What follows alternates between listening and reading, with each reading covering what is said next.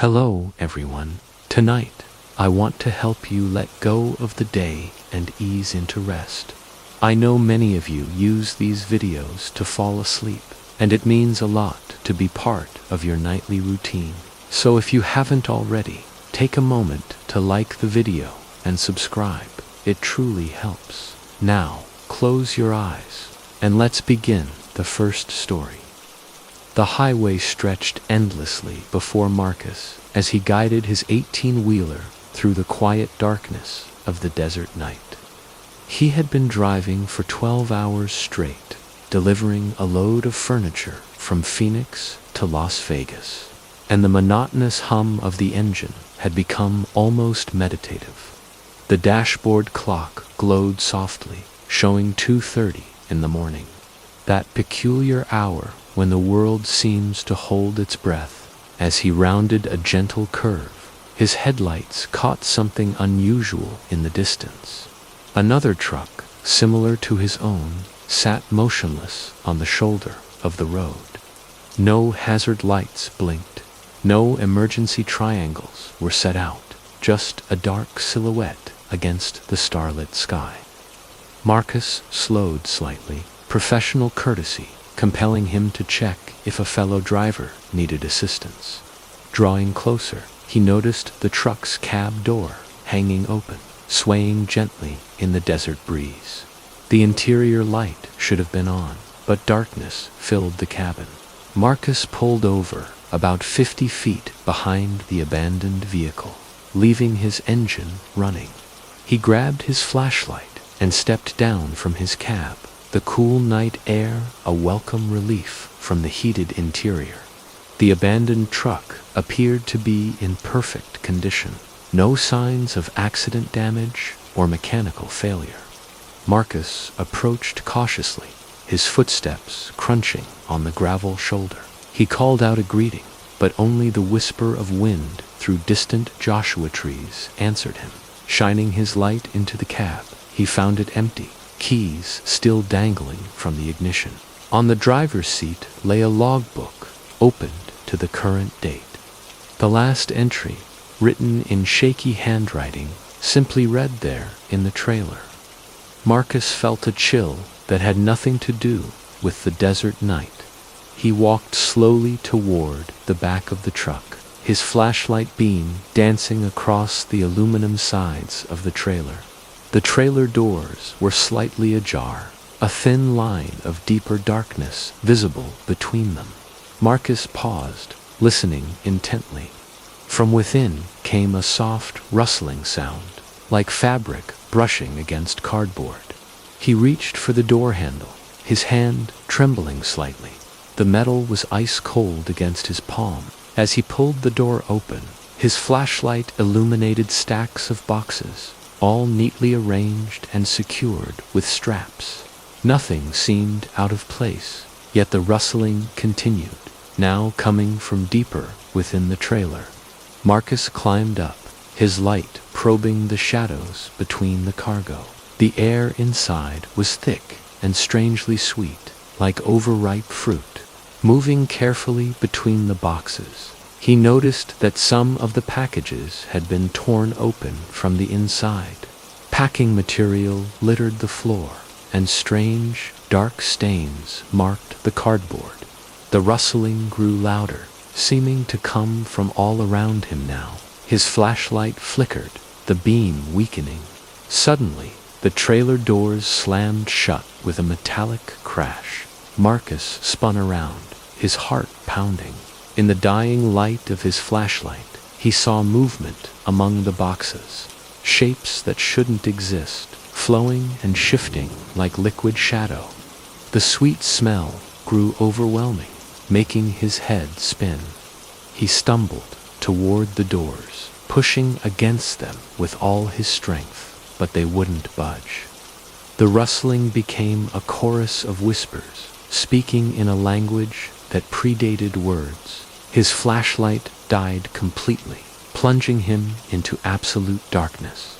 In that darkness, he felt things brushing past him, through him, into him. Hours later, another trucker found Marcus's rig parked behind the abandoned truck. Both cabs were empty, doors hanging open. In Marcus's logbook, beneath his final entry about checking on a disabled vehicle, someone had written in that same shaky handwriting, "They're in both trailers now." The state police cordoned off both trucks, but when they opened the trailers at dawn, they found only ordinary cargo and no sign of either driver. The trucks were towed to an impound lot where they sit to this day. Sometimes, late at night, the lot attendants report hearing rustling sounds from within the sealed trailers, and they've learned to stay away when the sweet smell drifts across the yard. The highway still stretches through that patch of desert, and truckers still drive it in the deep of night. But those who know the story speed up when they pass mile marker 237, and they never ever stop for an abandoned truck with its doors hanging open. Some cargo is better left undelivered, and some mysteries are better left unsolved in the vast darkness of the American highway system. Let's dive into the next disturbing story. Sarah had been driving for Evergreen Logistics for 3 years when they assigned her the oldest truck in their fleet, number 47, a faded red Peterbilt that had logged over 2 million miles. The other drivers called it the company truck, always with a strange emphasis on the word company. And they would exchange knowing glances whenever it was mentioned. The truck ran perfectly despite its age, almost too perfectly. The engine purred with an unusual rhythm, and the steering responded to the slightest touch. Sarah's first few runs were uneventful, hauling produce from California to the Midwest. But she began to notice oddities. The fuel gauge never seemed to match her calculations, showing more fuel than she remembered purchasing. On her 4th run, driving through a moonless night in Nevada, she heard the whispers for the first time. Soft voices seemed to emanate from the sleeper berth behind her, too quiet to make out words, but persistent enough to notice. She pulled over at a rest stop and checked the berth thoroughly, finding nothing but her own belongings. The whispers continued over the following weeks, growing clearer with each trip. They spoke of routes she had never driven, of cargo she had never hauled, of decades of service to the company. Sometimes, in her peripheral vision, she caught glimpses of other drivers in her mirrors, drivers who vanished when she looked directly at them. One night, parked at a truck stop in Nebraska, Sarah discovered a hidden compartment beneath the sleeper berth. Inside were dozens of driver's licenses, some dating back to the 1970s. All bore different names and faces, but something in their eyes looked similar, a hollow, distant quality that made her skin crawl. At the bottom of the pile was a blank license with her photo already attached. She tried to quit the next day, but her supervisor just smiled sadly and shook his head. The company needed her, he said, and the truck had chosen her. She laughed at the absurdity, but when she went to clean out her assigned vehicle, she found her personal items had somehow moved into truck 47. The dreams started that night. She saw herself driving endless highways, delivering cargo to places that shouldn't exist, towns that appeared on no map, warehouses that stood in empty fields during the day, but thrived with activity in the darkness. In these dreams, she was not alone in the cab. The previous drivers sat beside her, behind her, their transparent forms overlapping like double exposures. Fighting against what felt like invisible chains, Sarah drove the truck to a church, hoping for some kind of intervention. But the engine wouldn't shut off in the parking lot, and the doors wouldn't open. The priest who came out to help stepped back in horror. crossing himself and muttering about the faces he saw pressed against the windows from the inside. Desperate, Sarah drove to the edge of a cliff, planning to jump out at the last moment and let the cursed vehicle plunge into the ravine. But as she reached for the door handle, her hand wouldn't obey. The truck steered itself away from danger, and she heard the whispers, laughing softly. She was part of the company now, they said, just like all the others. Now Sarah drives the midnight routes, delivering cargo that weighs nothing but feels heavier than lead. She stops at truck stops, where the other drivers look through her instead of at her. Her logbook fills itself out in handwriting that becomes less recognizable as her own with each passing day. Sometimes she picks up hitchhikers who claim they used to drive Truck 47, and they ride in silence, transparent tears on translucent faces. The company still operates, still assigns new drivers to Truck 47 when the old ones disappear. The vehicle always returns to the yard, keys in the ignition, ready for the next recruit. The managers never question it, never wonder why their oldest truck never breaks down, never needs major repairs, never stops running. And somewhere on a dark highway tonight, Sarah drives on. One more ghost in the cab of the company truck, whispering warnings that no living driver can quite hear. Delivering cargo that no manifest can explain, serving a company that exists in the spaces between the real and the impossible. Let's dive into the next disturbing story. Jake preferred driving at night when the highways belonged to truckers and insomniacs. His refrigerated trailer hummed steadily behind him as he transported fresh seafood from Maine to Chicago. He had made this run dozens of times, knew every rest stop and way station along the route.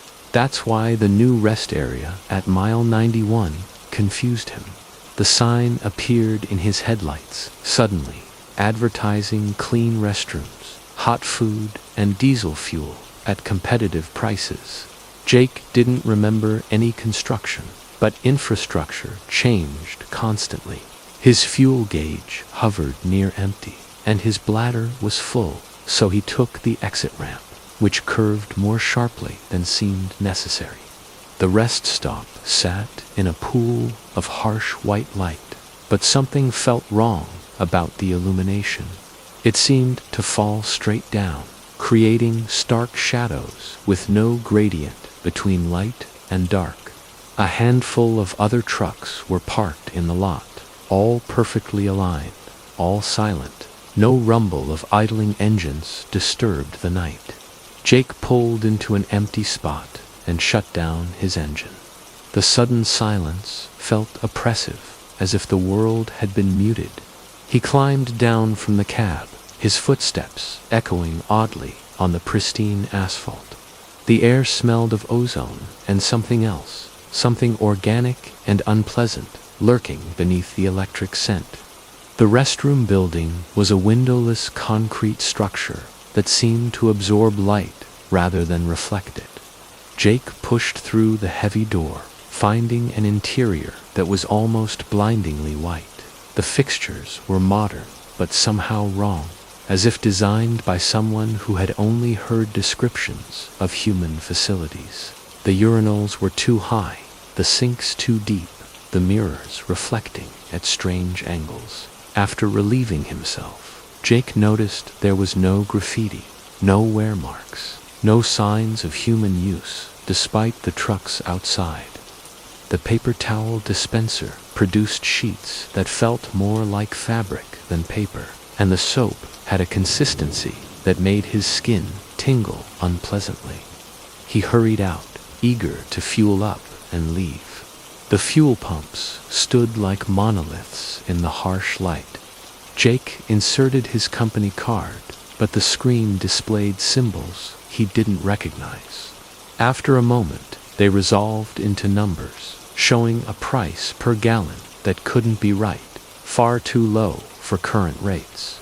He squeezed the handle, and liquid flowed into his tank. But it moved strangely, seeming to climb up the hose rather than flow down. As the tank filled, Jake looked toward the other trucks. Their drivers were nowhere to be seen, and now that he paid attention, he realized the trucks themselves were wrong. The proportions were off, wheels slightly too large, cabs angled incorrectly.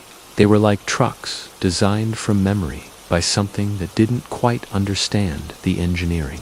The pump clicked off, showing he had taken exactly 100 gallons, though his tank only held 150. Jake replaced the nozzle with shaking hands and walked quickly toward the food building. Maybe some coffee would clear his head, help him make sense of what he was experiencing. The glass doors slid open silently, revealing a cafeteria that belonged in no truck stop he had ever seen.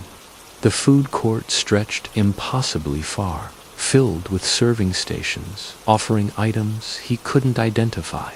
What might have been meat glistened under warming lamps, but the colors were wrong, purple and gold, and a shade of green that hurt to perceive.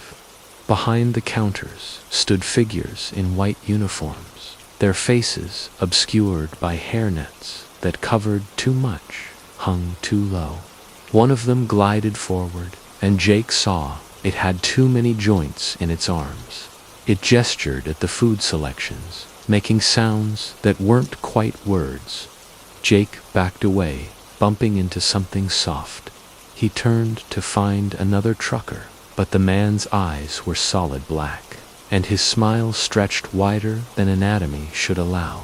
Jake ran for the door, but the cafeteria had rearranged itself. Corridors branched off in all directions, each identical, each wrong. The lighting flickered, showing glimpses of things moving in the shadows between the strobes.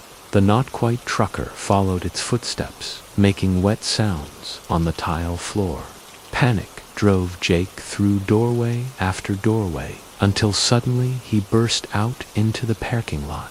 His truck sat where he had left it, but it was covered in a thin layer of something that looked like frost, but moved like it was alive. He scraped it off the door handle and climbed in, starting the engine with relief when it roared to life. He drove toward the exit, but the ramp curved the wrong way, leading him back to the rest stop.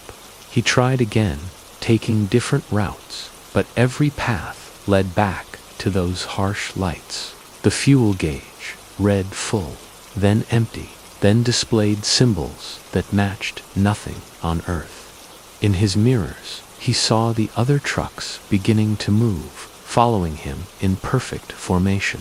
The radio crackled to life without him touching it. Voices spoke in harmony, explaining in careful, patient tones that the rest stop needed operators, needed drivers who could navigate between worlds. They had been watching the highways for so long, waiting for the right candidates. Jake was perfect, they said, experienced enough to handle the routes they needed run. He drove faster, but the highway had become a loop. The rest stop appeared ahead of him again and again, growing larger each time. His refrigerated trailer's temperature alarm began sounding, but when he checked the gauge, it showed temperatures that shouldn't exist, absolute zero and beyond. Something was moving in his trailer. He could feel it through the fifth wheel, a shifting weight that had nothing to do with seafood. As dawn approached, Jake made a final, desperate attempt. He aimed his truck at the rest stop building itself, accelerating to ramming speed. But at the moment of impact, the world folded. He found himself parked peacefully in the same spot, engine off, hands resting on the wheel. The harsh lights had softened to something almost pleasant. The not-quite trucker tapped on his window, its smile now seeming welcoming rather than threatening. Jake understood then he had been chosen for special runs, deliveries that crossed boundaries he had never imagined existed. His regular world was still out there, but he would only visit it now, picking up cargo that needed to travel to places maps couldn't show. He climbed down from his cab, accepting the uniform the figure offered him. It fit perfectly, though it was made of no fabric he recognized. The other drivers welcomed him with their oil-black eyes, and he felt his own vision shifting, seeing new spectrums of reality. The rest stop was beautiful from this perspective, a necessary junction between what was and what could be. Now Jake drives the impossible routes, his truck modified to handle roads that exist in folded space. He stops at the rest stop regularly, refueling with substances that power more than engines. Sometimes he sees normal truckers pull in, confused and frightened, and he wonders if they'll be invited to join the fleet. The special deliveries must continue, after all, keeping the boundaries stable, preventing things from bleeding through that shouldn't. And somewhere on a highway tonight, a driver will see a new rest stop sign where none existed before, and they'll take the exit, drawn by empty tanks and full bladders, and the inexorable pull of places that wait patiently at the edges of the map. Let's dive into the next disturbing story. Tommy had been awake for 36 hours straight, pushing hard to make his delivery deadline.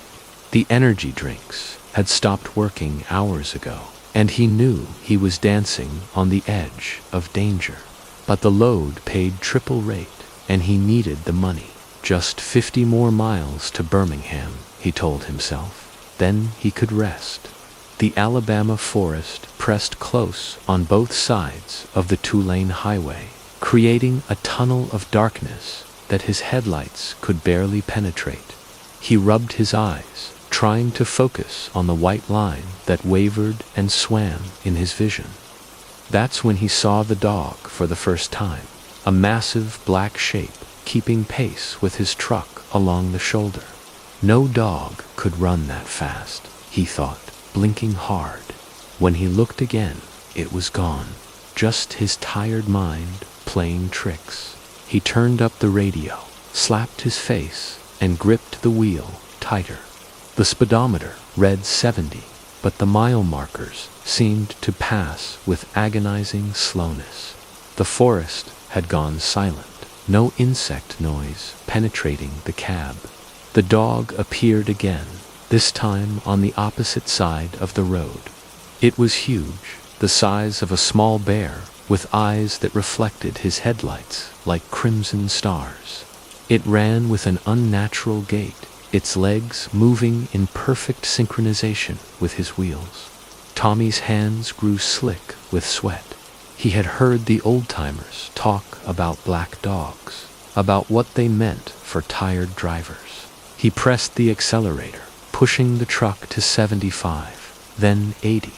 The dog kept pace effortlessly, its mouth open in what looked like a grin. More shapes joined it, a pack of shadow things that flowed along both sides of the highway. The engine began to labor, though he was hauling a light load. The temperature gauge crept toward red. A way station appeared ahead, its lights a beacon of civilization. Tommy pulled in, hoping for human contact to break whatever spell had fallen over the night. But the station was closed, empty, its windows dark. He parked anyway, leaving the engine running, afraid that if he shut it off, it might never start again. Stepping down from the cab, he found the air thick and oppressive, like breathing soup. The black dogs sat in a semicircle around his truck, watching with their burning eyes. They were impossibly still, not even their fur moving in the humid breeze. Tommy reached for his tire iron, though he knew it would be useless against things that might not be entirely real. One of the dogs stood and walked forward. Up close, he could see it wasn't quite a dog at all. Its proportions were wrong. Legs too long, body too thin.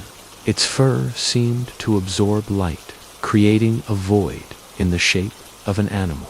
When it opened its mouth, he saw rows of teeth that belonged in no earthly creature. "You're tired," it said, its voice like gravel in a cement mixer, so very tired.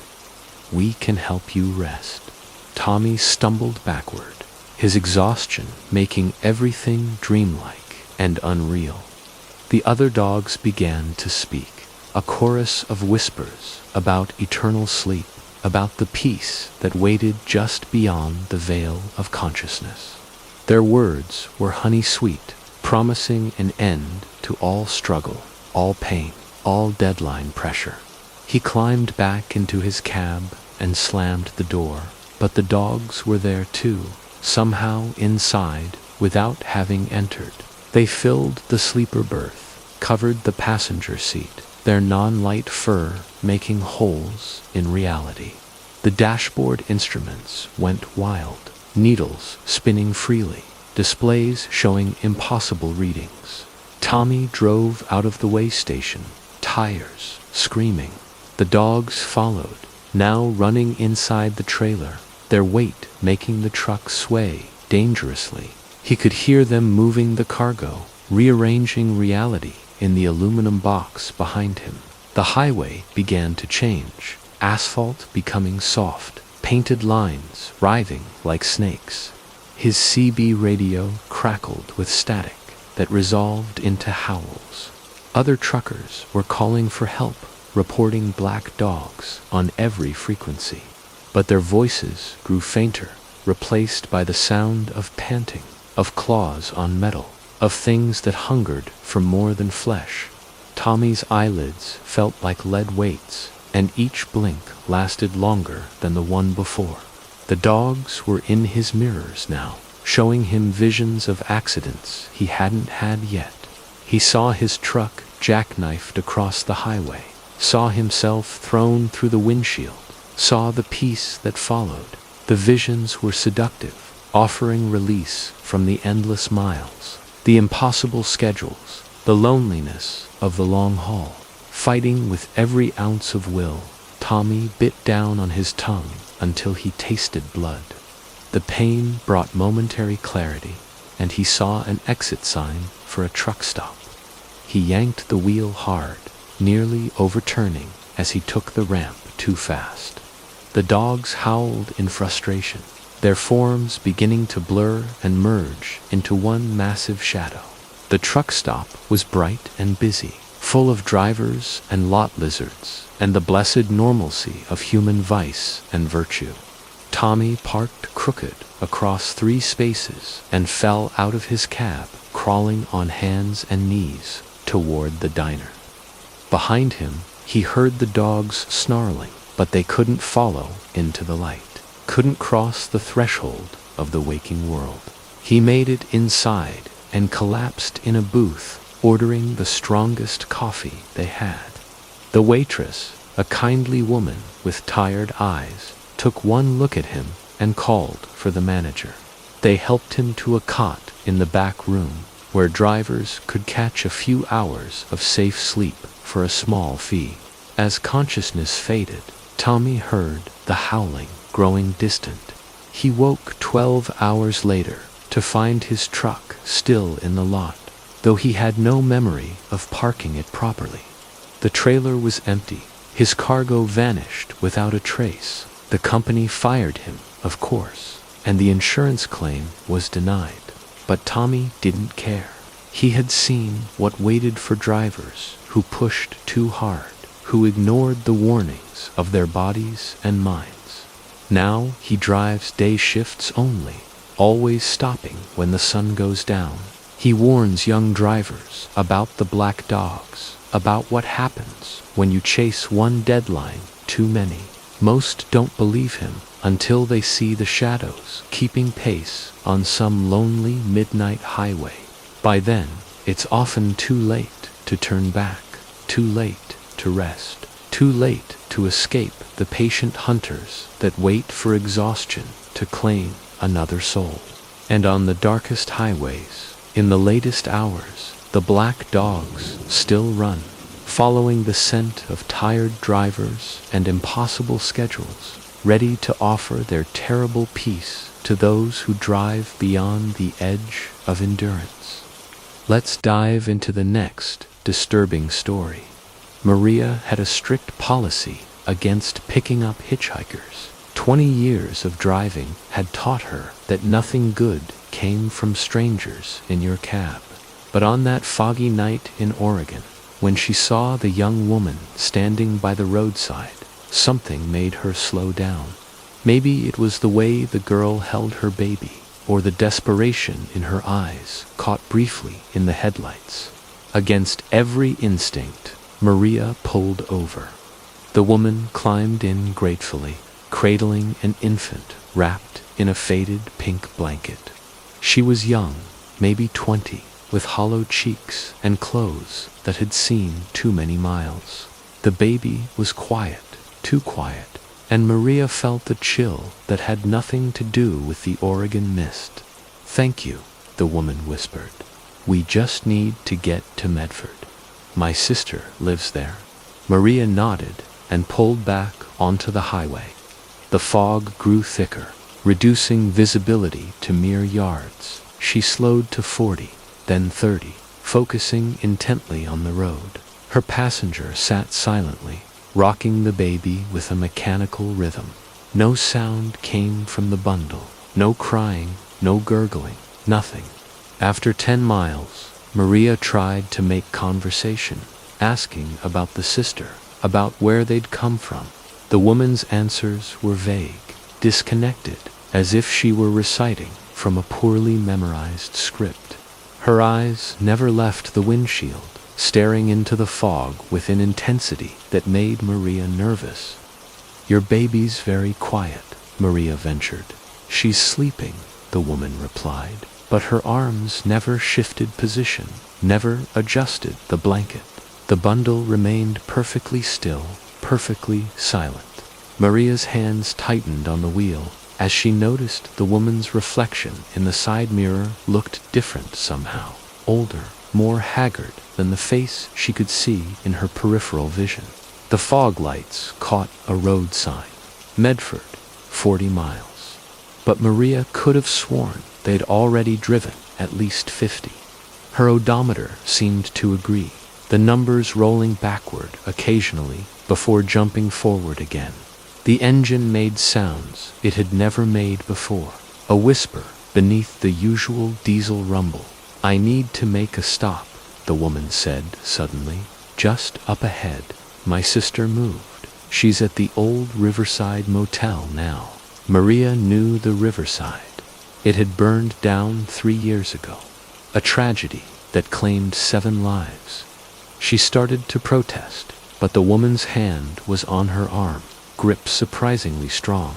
The fingers felt wrong through Maria's jacket, too long, with too many joints. "Please," the woman said, and her voice had changed, become layered, as if multiple people spoke in unison. "It's important." The fog parted to reveal the motel's sign, flickering neon that shouldn't exist. The building stood intact, though Maria remembered seeing the blackened ruins just last month. She pulled into the parking lot, her truck's brakes hissing with reluctance. Every instinct screamed at her to drive away, but her body wouldn't obey. The woman climbed down, still clutching the silent bundle. "Wait here," she said. "I need to leave something for you. A trade." She disappeared into room 7, the door closing with a finality that echoed in the empty lot. Maria sat frozen, watching fog swirl around abandoned cars that looked decades old, their metal rusted to nothing. The motel sign flickered between Riverside and something else, symbols that hurt to perceive. Time passed strangely. Maria's watch showed minutes, then hours, then spun wildly before stopping entirely. The fog pressed against the windows like something alive, seeking entry. She reached for the ignition, but the keys were gone. They had been there moments ago, she was certain, but now only empty air met her searching fingers. The woman emerged from room 7, but she was different, taller, thinner, moving with a glide rather than a walk. The bundle in her arms was gone. In its place, she carried a small wooden box, ornately carved, with patterns that seemed to writhe in the dim light. She climbed back into the truck, placing the box carefully on the dashboard. "A trade," she repeated. "You gave us a ride, we give you this." Maria found her voice. "I don't want anything, just ... Where's your baby?" "Safe," the woman said, and smiled with too many teeth. "She's where she needs to be, and you have what you need to have. Don't open it until you reach your destination. Very important, promise me." Maria nodded, unable to do otherwise.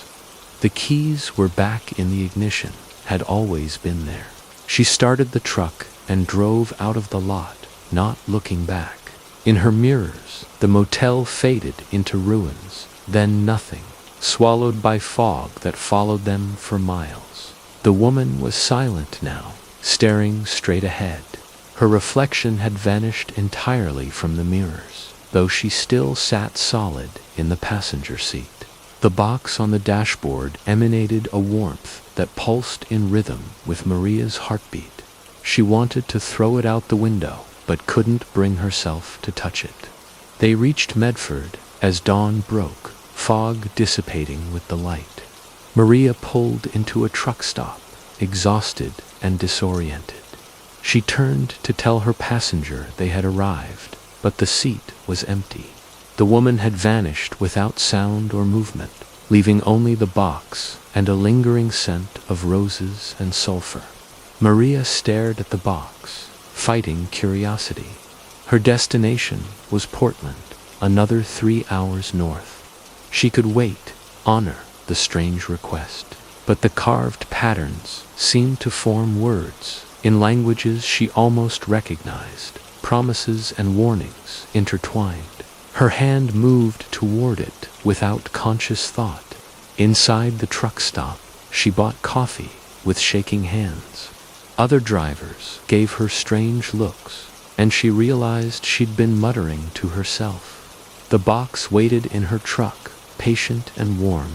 She tried to call her dispatcher, but her phone showed no signal, no battery, though it had been fully charged. Back in her cab, the box had moved. Now it sat on her seat, lid slightly askew. Through the gap came a soft golden light and the sound of whispers. Maria knew she should drive away, deliver her legitimate cargo, forget this night ever happened. But the whispers formed her name, spoke of secrets and bargains and the price of curiosity. She reached for the lid, her fingers trembling. Inside was a photograph, old and yellowed. It showed Maria herself, standing beside a truck she didn't recognize, in front of the Riverside Motel when it was new. Beside her stood the woman, unchanged by decades, holding a baby that looked exactly like Maria had as an infant. Understanding crashed over her like a cold wave. The trade hadn't been random. The woman hadn't been a stranger. And the baby, Maria's hands flew to her stomach, feeling a warmth there that matched the box's pulsing. She wasn't pregnant, couldn't be, but something grew within her nonetheless, something that had been planted during that foggy ride. The photograph changed as she watched, showing scenes of a future that branched from this moment. In some, she raised the child that wasn't quite human, teaching it to navigate between worlds. In others, she refused the bargain and faced consequences that made her close her eyes. All paths led back to the Riverside Motel, to room 7, to a trade that had been made before she was born. Maria placed the photograph back in the box and started her engine. She had cargo to deliver, miles to cover, a life to live. But she knew now that some hitchhikers sought more than rides. and some trades involved more than simple exchange. The thing growing inside her shifted, and she felt its dreams of fog and flame, of roads that led nowhere and everywhere. She drove north, the box warm on the seat beside her, carrying more than cargo now. Every mile brought her closer to a destiny she hadn't chosen but couldn't escape. And somewhere behind her, the riverside motel rebuilt itself in the fog, waiting for the next driver to offer kindness to strangers, to make a trade they wouldn't understand until too late. The highway stretched ahead, and Maria drove on, forever changed by the hitchhiker's trade. Let's dive into the next disturbing story. The loading dock at Quincy Intermodal Terminal operated 24/7, but the night shift was where the real work happened. That's what Ray told himself as he backed his trailer up to Bay 15, following the guide's frantic hand signals. 4 a.m. was the sweet spot, when the day shift was still asleep and the night crew moved with practiced efficiency. But tonight felt different. The usual chaos of forklifts and shouting had been replaced by an eerie quiet. Even the guide seemed nervous, practically running away once Ray's trailer kissed the dock bumpers. The only sound was the hum of mercury vapor lights and the distant clang of metal on metal from somewhere deep in the terminal. Ray climbed out to open his trailer doors, company policy requiring drivers to supervise loading. The dock was empty except for a single forklift operator who emerged from the shadows between containers. The man moved wrong, his limbs seeming to bend in too many places, his head tilted at an angle that should have been painful. Bay 15, the operator asked, his voice carrying an echo that didn't match the acoustics of the space. Ray nodded, swinging the trailer doors wide. Inside was empty, ready for whatever cargo dispatch had assigned. He hadn't bothered checking the manifest, trusting the system as he always did. The operator disappeared back into the maze of containers, the electric whine of his forklift fading into distance. While waiting, Ray noticed the other bays were all occupied but dark. No lights in the trailers, no movement, just row after row of silent trucks. Some had been there long enough to gather dust, despite the terminal's usual quick turnaround. A few had vegetation growing around their wheels, impossible given the concrete surface. The forklift returned, carrying a single pallet wrapped in black plastic. No shipping labels, no markings, just seamless black that seemed to absorb the dock lights. The operator loaded it with excessive care, placing it precisely in the trailer's center. The floor groaned under weight that looked minimal, and Ray felt his truck settle on its suspension. "Sign here," the operator said, producing a clipboard from nowhere. The papers were blank, except for a line at the bottom. Ray hesitated, but the operator's eyes were solid black, reflecting nothing, and something in that gaze made refusal impossible. He signed his name, watched it sink into the paper, and disappear, leaving the page blank once more. More forklifts emerged from the container maze, each carrying identical black-wrapped pallets. They moved in perfect synchronization, a choreographed dance of loading that filled his trailer in minutes. The weight was wrong, too much for what appeared to be loaded. But Ray's protests died in his throat when he saw what moved beneath the black plastic. The shapes writhed and pulsed, pressing against their wrappings with purpose. Not mechanical movement, but organic, like massive hearts beating in unison. The plastic stretched but never tore, containing whatever struggled within. The dock lights dimmed with each pulse, and Ray tasted copper in the air. "Destination?" he asked, his voice barely a whisper. The operator smiled with too many teeth. You'll know when you get there." The cargo began to sing, a vibration that passed through metal and flesh alike. Ray's bones resonated with the frequency, his vision fracturing into kaleidoscope patterns. Through the fragments, he saw the truth of what he carried. Not goods or materials, but passengers that had waited eons for transport between dimensions. The highway divided, multiplied, became a web of roads existing in parallel space. His truck traveled all of them simultaneously, delivering pieces of its cargo to destinations that existed outside normal geography. Each delivery point was marked by towers of impossible geometry, where things that weren't quite human waited to receive their shipments. Time became elastic. Ray aged years in minutes, then returned to youth in seconds. His hair grew white, fell out, regrew dark. The calendar on his dashboard showed dates that spanned centuries, all happening now, all equally real. He was delivering to the past, the future, the never was, all in a single endless run. The fuel gauge remained full, fed by the cargo itself. The things in his trailer were fuel and freight simultaneously, paying their passage with the energy of their existence. Ray understood now why the terminal operated at night, why the paperwork was blank, why the destination was never specified.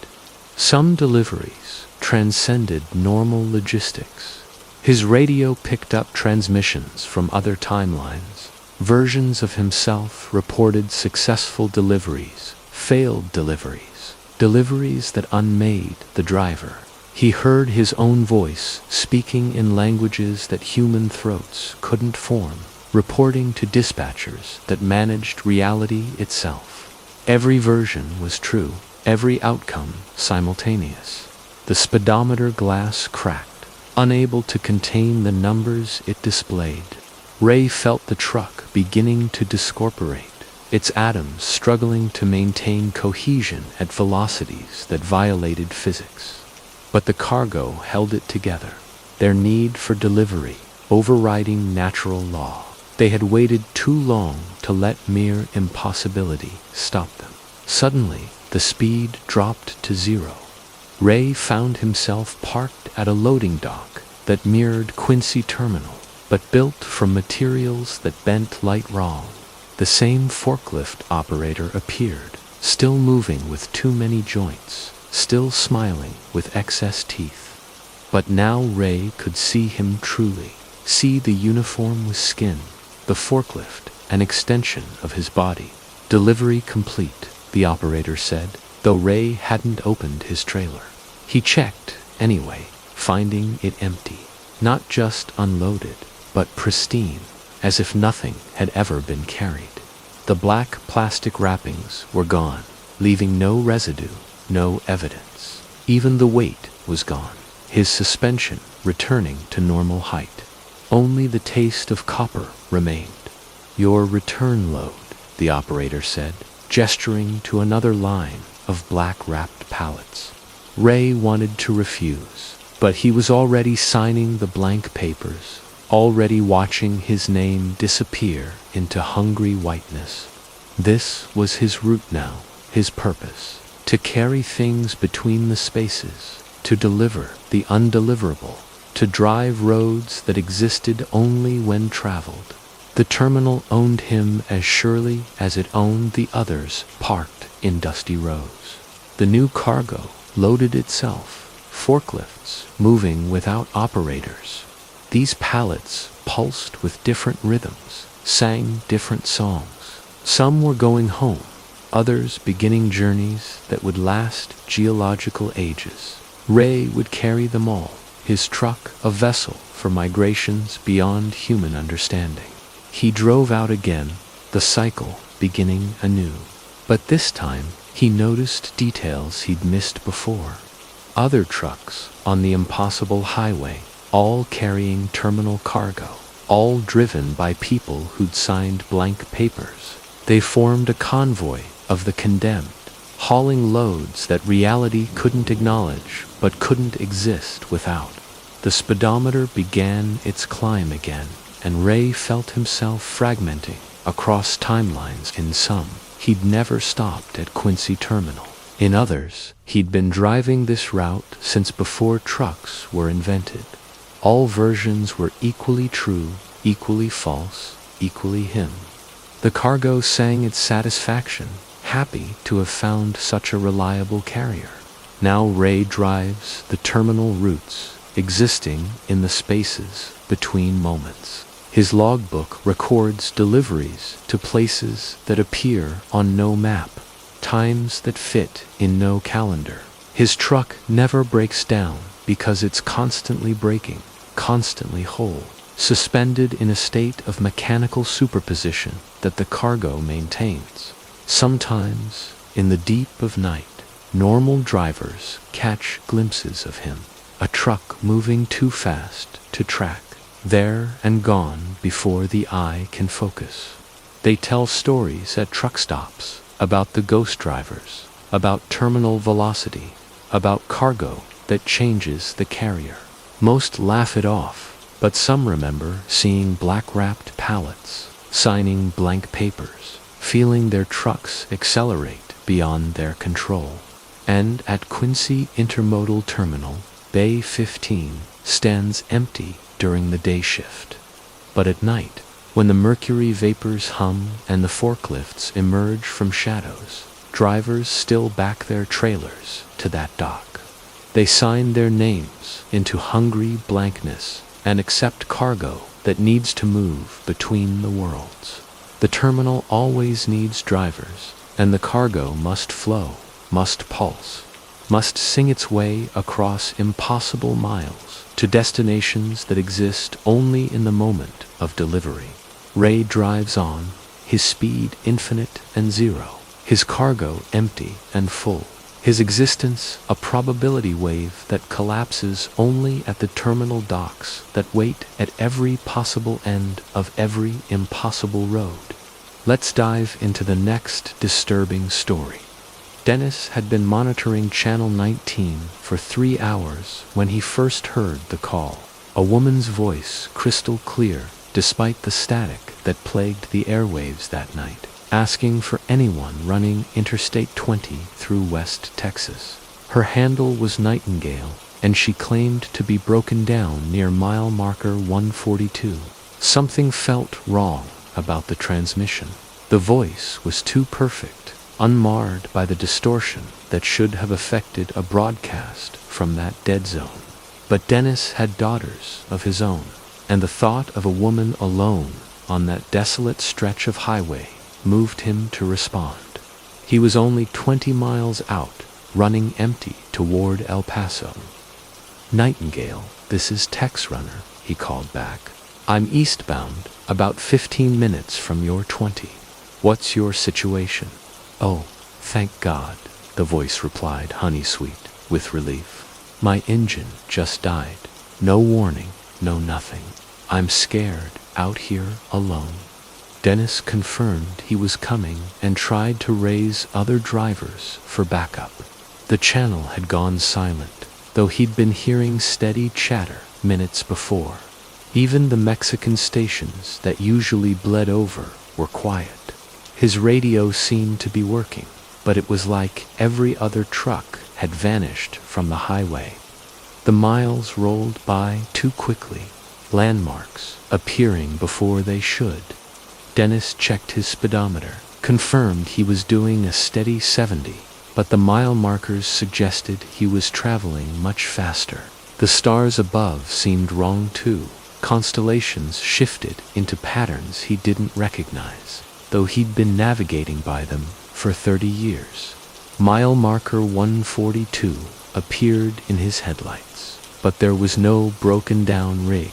Dennis slowed, scanning the shoulder. His radio crackled, and Nightingale's voice returned, now claiming to be at marker 145. The confusion in her tone sounded genuine, apologizing for the mix-up, begging him not to give up on her. Against his better judgment, Dennis continued. At 1:45, again nothing. The voice updated. 1:50, 1:55, always just ahead, always just out of reach. The highway stretched impossibly straight, no curves or elevation changes, just an endless ribbon of asphalt under a sky that grew increasingly alien. Other voices joined the channel, all women, all claiming to be broken down at different mile markers. They called themselves songbird, meadowlark, raven, a chorus of stranded birds begging for rescue. Their voices harmonized in ways that shouldn't have been possible over CB radio, creating melodies that made Dennis's teeth ache. Then came the men's voices, rough and desperate. Don't stop, one warned. It's a trap. They got us, and they'll get you too. Who's got you? Dennis asked. But the warning voice dissolved into static. His fuel gauge began dropping rapidly, though he'd topped off just 50 miles back. The engine coughed, sputtered, died. Dennis coasted to the shoulder, his rig rolling to a stop at exactly mile marker 166. The number seemed significant, but his mind felt too foggy to understand why. The CB exploded with activity. Dozens of voices, all congratulating Nightingale on her catch. Dennis tried to restart his engine, but the key wouldn't turn. The door locks engaged on their own, trapping him in the cab. Through his mirrors, he saw lights approaching from behind, a convoy of trucks materializing from the empty highway. They were all different makes and models, from different decades. Some looked fresh off the lot, others were rusted relics that shouldn't have been running. They formed a circle around his truck, their headlights creating a barrier of brilliance that hurt to look at directly. The CB voices grew louder, overlapping into chaos. A figure emerged from the lead truck, silhouetted against the lights. As it approached, Dennis saw it was indeed a woman, beautiful in a way that made his eyes water. Her clothes seemed to be cut from the night sky itself, stars shifting across the fabric. When she smiled, her teeth reflected the headlights like mirrors. "Hello, Tex Runner," she said, her voice carrying without the radio. "We've been waiting for you."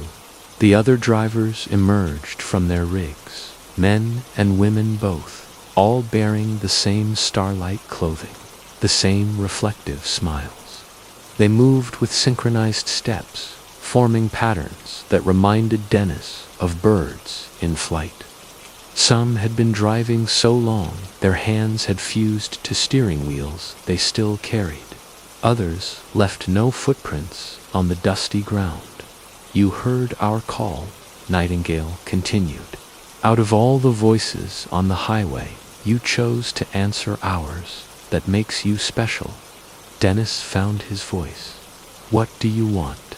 "We need drivers," she said simply. "The convoy must grow. The highway demands it." She gestured to the circled trucks, and Dennis saw they were all connected by chains of light, intangible bonds that pulsed with each heartbeat. The drivers swayed in unison, their movements driven by rhythms beyond human comprehension. Some had been part of the convoy so long their bodies were translucent, more memory than flesh. "Every highway has its convoy," Nightingale explained. "We gather the kind ones, the ones who stop to help. Your compassion is your qualification." The chains of light reached toward Dennis's truck, passing through metal and glass without resistance. He felt them testing, probing, finding the resonance of his soul. The sensation was neither pleasant nor painful, simply overwhelming, like being known completely by something vast and inhuman. His radio came alive with his own voice, broadcast from outside time. He heard himself making the same call Nightingale had made, claiming to be broken down, luring other compassionate drivers. The future echo of his voice was perfect, unmarred by static, compelling in its distress. He would be good at this, he realized. Very good. Join us, the convoy chanted in unison. Drive the eternal highway. Gather the kind ones. Dennis felt his resistance crumbling. The cab of his truck was already changing, controls rearranging themselves into patterns that would let him navigate roads that existed between the white lines. His clothes shimmered, threads of starlight weaving through the fabric. The convoy's song grew louder, and he found himself humming along. But something in his pocket grew warm, fighting the transformation. His wallet containing pictures of his daughters, their smiles, genuine and earthbound. The images anchored him to a reality where highways had destinations, where convoys had purposes beyond eternal gathering. The warmth spread, breaking the chains of light before they could fully form. No, he said, the word carrying more weight than it should. Nightingale's perfect face twisted with disappointment. You would choose the lesser road, the one that ends. The one that goes home, Dennis replied.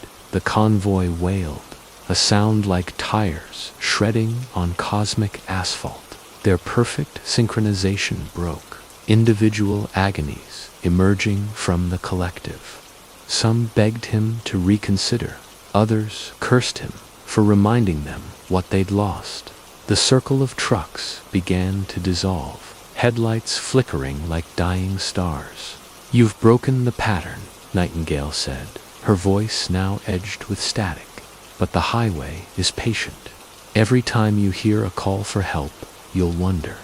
Every breakdown you pass, you'll question.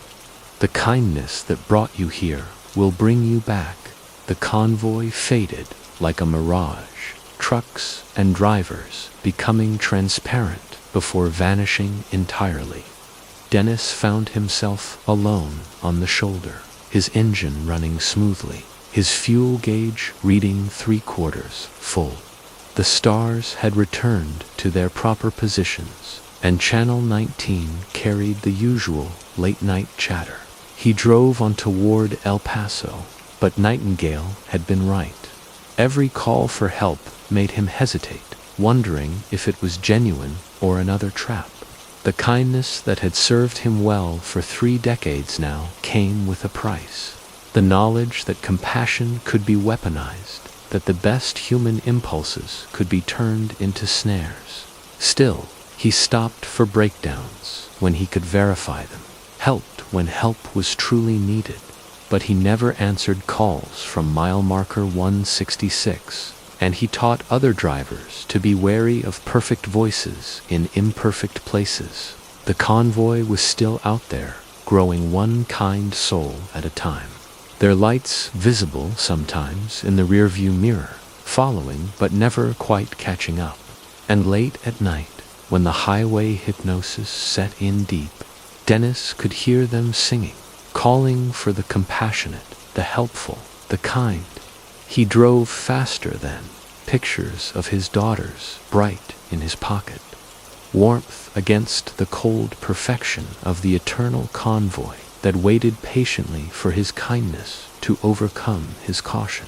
The highway stretched on, and Dennis drove it carefully, knowing that some breakdowns were more than they seemed, and some convoys had no destination but the gathering itself. Let's dive into the next disturbing story. Carol's electronic logbook showed impossible data. According to the GPS tracking, she had driven 300 miles in the last hour, crossing state lines that were 500 miles apart. The timestamps were accurate, she was certain, but the geography made no sense. Her truck had covered deadhead miles, empty runs between nowhere and nowhere else. She pulled into a rest area to check her equipment, though she knew the instruments weren't malfunctioning. The memories were hazy, dreamlike, but she recalled landscapes that belonged to no map, roads that curved upward into sky, bridges spanning chasms that shouldn't exist in Iowa, tunnels that emerged in different seasons than they entered. The rest area was empty, which was unusual for this time of evening. Carol parked and walked to the facilities, needing to splash cold water on her face to shock herself back to normal reality. But the restroom mirrors reflected someone she didn't recognize. Her face was right, but behind her stood landscapes from the impossible journey, ghostly afterimages of places that weren't. Her phone had no signal, showing only coordinates that mapping apps couldn't process. The numbers shifted as she watched, latitude and longitude dancing through values that placed her simultaneously in oceans, mountains, and voids between stars. The only constant was her truck, waiting patiently in the lot, engine ticking as it cooled. Walking back, Carol noticed her trailer doors were open. She knew she'd locked them, had checked twice, as always. Inside, where empty space should have been, sat cargo that defied perception. Boxes that were larger inside than out, containers holding weight that had no mass, pallets stacked in configurations that hurt to analyze too closely. A manifest appeared in her hand, though she hadn't picked it up. The delivery addresses were strings of symbols that rearranged themselves as she read. The shipper was listed as Null Transit LLC, the receiver as Void Acceptance Inc. The bill of lading described items in languages that predated human speech, quantities measured in units of dissolution. Carol tried to close the trailer doors, but they wouldn't budge. The cargo needed delivery. The manifest made that clear in ways that bypassed language. She climbed back into her cab, finding her route already programmed into the GPS. The directions led through the rest area itself. Somehow, impossibly, the path forward running through the building she'd just exited. She drove slowly toward the restroom facility, expecting to stop at the wall. Instead, the bricks parted like water, revealing a tunnel that shouldn't exist. Her headlights illuminated impossibilities, architectural features that belonged to no human construction. The tunnel branched and merged with itself, creating loops that led forward through repetition. The deadhead miles accumulated rapidly, her odometer spinning freely. She was hauling phantom cargo through ghost roads, each mile traveled, erasing a mile from somewhere else. The world was borrowing distance from itself, and Carol was the mechanism of transfer. Her truck moved through spaces, between spaces, delivering absence to addresses that Time flowed strangely in the null routes. Her clock showed minutes, then centuries, then concepts that weren't quite time at all. She aged and grew young cyclically, her hands on the wheel sometimes wrinkled, sometimes smooth, sometimes transparent. The cargo sang in harmonics that turned air into glass, making each breath a cutting thing. Through the windshield, she saw other trucks running the same routes. Their drivers waved with hands that passed through their own faces, smiles that existed in too many dimensions. Some had been hauling deadhead miles so long they'd become part of their vehicles. Flesh and metal merged into efficient delivery systems. They nodded recognition as she passed, welcoming her to the fraternity of Null Transit.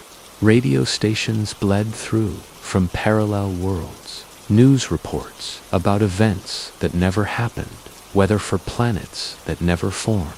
Carol heard her own voice sometimes, reporting her location to dispatchers that managed realities, logistics.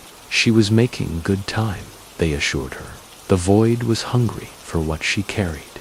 Her fuel gauge, read empty, had been empty since the tunnel, but the engine ran on something else now. The cargo fed it, existence bleeding from the boxes to power her journey. Each mile consumed reality from somewhere, someone. Carol could feel the theft, the subtle diminishment of a world that wouldn't notice its loss until too late. She emerged from a tunnel into blazing daylight, finding herself at the same rest area. But it was different now. Older or newer, she couldn't tell. Her truck was already parked, had always been parked, would be parked. The temporal loop closed, and she understood. The deadhead miles weren't linear, weren't sequential. They were all the same mile, traveled infinitely. The cargo was gone, delivered to its unaddressed. But new boxers waited, had always waited, would wait. The manifest in her hand showed different symbols, the same meaning. More null transit, more void acceptance, more reality to be redistributed through the deadhead network. Carol laughed, the sound echoing in too many throats. She drove through the rest area again, the building partying eagerly this time. The tunnel welcomed her back, its impossible architecture familiar now. Her odometer ran backward, subtracting miles from the world's total, making room for distances that shouldn't be. The other drivers smiled wider, their faces having gained new dimensions of joy. The radio crackled with dispatch orders, coordinates for places that existed only in the moment of delivery. Carol accepted them all, her logbook filling with impossible data that would crash any computer. She was beyond regulation now, beyond physics, beyond the simple binary of here and there. She was between, always between, forever in transit. Her truck began to change, optimizing for the null routes, wheels that turned in directions that had no names, engines that burned absence for fuel, trailers that were bigger outside than in. Carol changed with it, her body adapting to navigate spaces that human form wasn't meant to enter. Extra eyes for dimensions beyond 3, joints that bent through probability rather than space. The deadhead miles accumulated exponentially, each journey multiplying the distance between what was and what wasn't. Carol delivered emptiness to the full, fullness to the empty, maintaining a balance that kept reality from collapsing entirely. She was essential now, part of the infrastructure that prevented existence from achieving total entropy or absolute order. But sometimes, in moments between the between, she remembered the normal highways, the simple pleasure of hauling real cargo to real places, of miles that stayed counted, of time that moved in one direction. These memories were dangerous, threatening to collapse her quantum state, to force her to choose between the deadhead and the living miles. She held on to both, existing in superposition, hauling everything and nothing simultaneously. Her truck appeared on normal highways, sometimes a glimpse of impossible geometry that made other drivers question their sobriety. They reported her to authorities who could never find her, chasing echoes of deadhead miles that erased themselves from record. Carol drove on through rest areas that were portals, along highways that were equations, delivering cargo that was conceptual. The void paid well for her services, in currencies that couldn't be spent, couldn't be saved, could only be reinvested in more deadhead miles. She was rich in poverty, wealthy in absence, successful in failure. And somewhere, in a rest area that existed on every map and none, her truck still sat, always arriving, never leaving. The deadhead miles spun on, eating reality, one delivery at a time, maintaining the balance between what must be and what must not. Carol drove them all, smiling with mouths in dimensions where smiles meant something else entirely. The highway stretched on, infinite and zero, and the deadhead miles accumulated like debt against existence itself, waiting for a payment that would never come due.